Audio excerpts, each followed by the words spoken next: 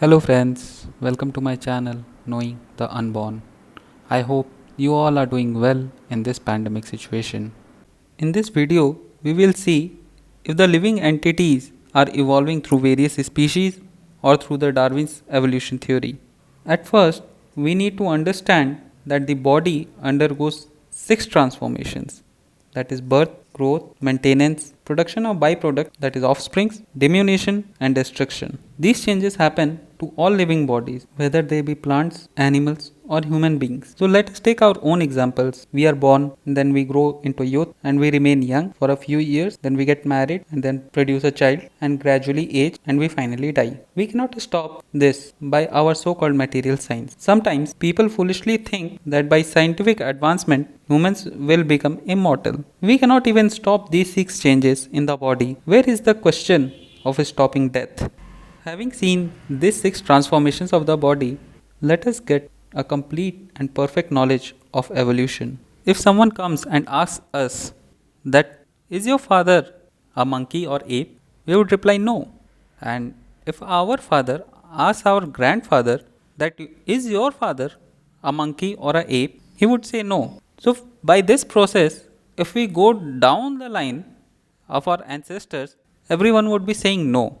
Just like in mathematics, 1 plus 2 is equals to 3, a number plus a number is always a number. There is no probability of adding two numbers and getting an alphabet. Even the evolution takes place in a very long frame of time. Then how did the evolution stop? Why there is no ape who is transforming to a human being? And how come that there is no human being who is half man and half ape? And so there are many unanswered questions. So the Darwin evolution theory is an imperfect understanding of the real spiritual evolution, which takes place by the transmigration of the soul from one body to another. Originally, we are a spiritual being, but when we desire to enjoy, we fall down from the spiritual world to this material world. At first, the living entity accepts a body that is human in form, but gradually, due to his degraded activities, he falls into the lower forms of life, into the animal, plant, and aquatic forms. By the gradual process of evolution, through 8.4 million species of life, the living entity again attains the body of a human being and is given another chance to get out of the process of transmigration. If he again misses this chance of the human form to understand his position, he is again placed in the cycle of birth and death in various types of bodies. And this is the complete and perfect knowledge of evolution. And this is also confirmed in Srimad Bhagavatam, 4th canto, 29th chapter, 2nd verse.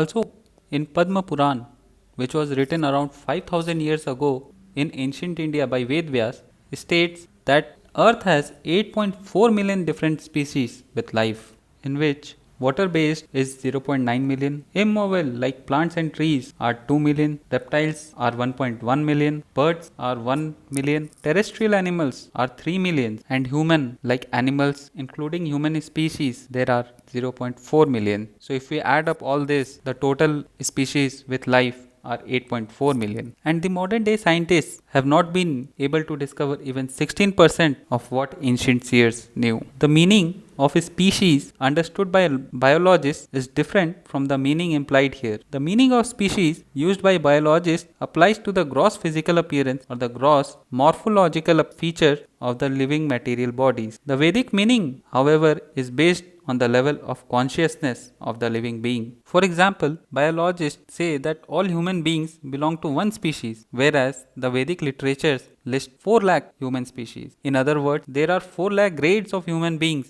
on different levels of consciousness. In the lower levels of consciousness, a living entity, although in a human body, behaves just like an animal. In a higher level, his consciousness may be slightly evolved and he may be selfish for his family. In a still higher level, he is concerned about his community, then about his state or country, and at a more higher level, one may become an altruist, philanthropist, and after many lifetimes, one starts to inquire about God. The living entity still develops several conceptions about God in many lifetimes until he comes to understand that Lord Krishna is the Supreme Personality of Godhead, and surrendering to Him is the highest goal of life. To stop the repetition of birth and death in different forms of life, we must transcend the coverings of material nature and come to the platform of pure consciousness. But if we do not learn the transcendental science of Krishna consciousness, then at death we must transfer to another body, either better or worse than our present one. In the next video, we will see that how the actions we perform in this body determine our future bodies. Thanks for watching. Please like, share and subscribe.